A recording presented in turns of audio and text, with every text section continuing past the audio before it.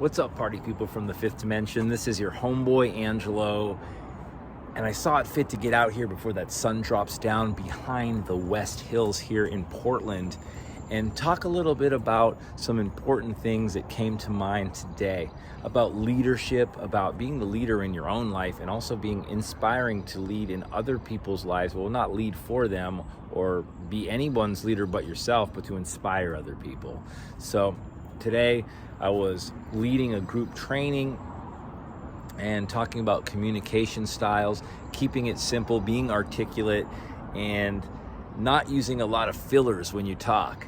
And you might have noticed in previous videos there was some chopping where I'm cutting little bits out, and it's me saying like, and, you know, but, and there are pauses. So learning to be present when I speak, learning to be direct, and learning to follow through with the purpose that I intend to present in every encounter of my life, not just on these videos here.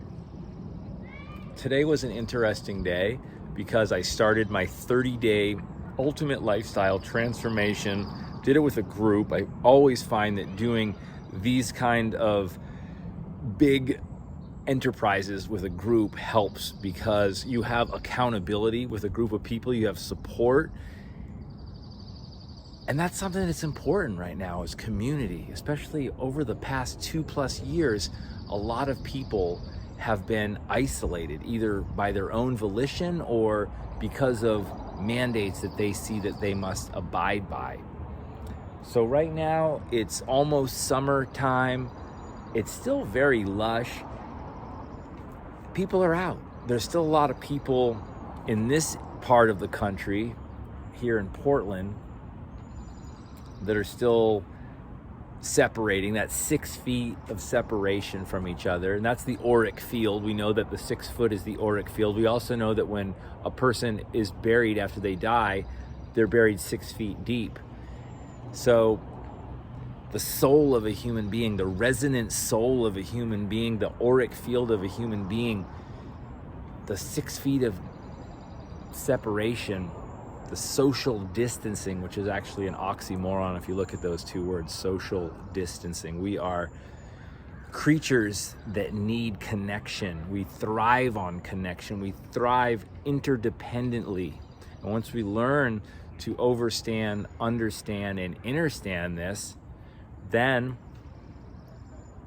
our lives come together, because what I say, what I do, and how I feel about any other creature, be it human, animal, plant, fungi, eukaryote, is a reflection of how I view myself.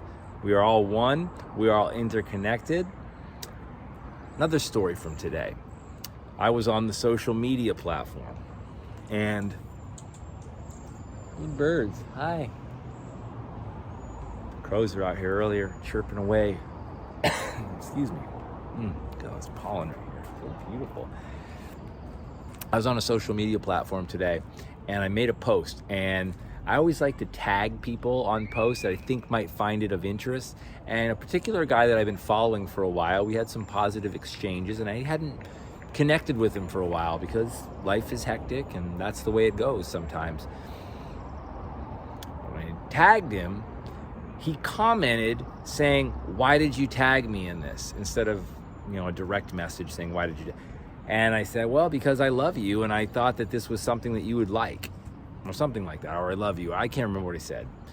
And I love him. I generally love people. And he said something along the lines of, "You're not genuine, and I think you're not genuine, and this and that and the other thing." And I'm like, okay. So I immediately decided to take that off of the public comment thread. A lot of people liked that post, by the way. It was about me goofing around and saying, in the Pacific Northwest, people always look like they're ready to go for a hike at a moment's notice. It was like a Jim Gaffigan, whatever. That's not the point. The point is, I decided to immediately, anytime there's any sort of a troll or any sort of a negative thing that's public, I don't want to get into a pissing match with somebody online. So I took it offline and I just direct messaged the guy and I said, "Look, man, I didn't mean to upset you, and I apologize. If you don't want me to tag you, I won't do it again.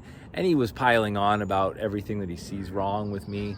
And I thought about that just now, because there's something in me that he doesn't like, if that's the case. And I was a little bit triggered too, but I'm learning to respond by not responding sometimes and letting it go and just saying, I love you, I care, and I hope the best for you, and not like you shouldn't be this way or you're this way, and making judgments or using violent communication.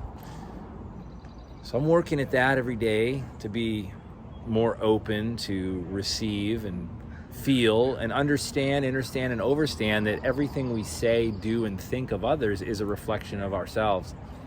I suppose that's the message of the day. Take a look at the sunset here, and I'll set you off to have a most beautiful, luxurious, prosperous, and salubrious day.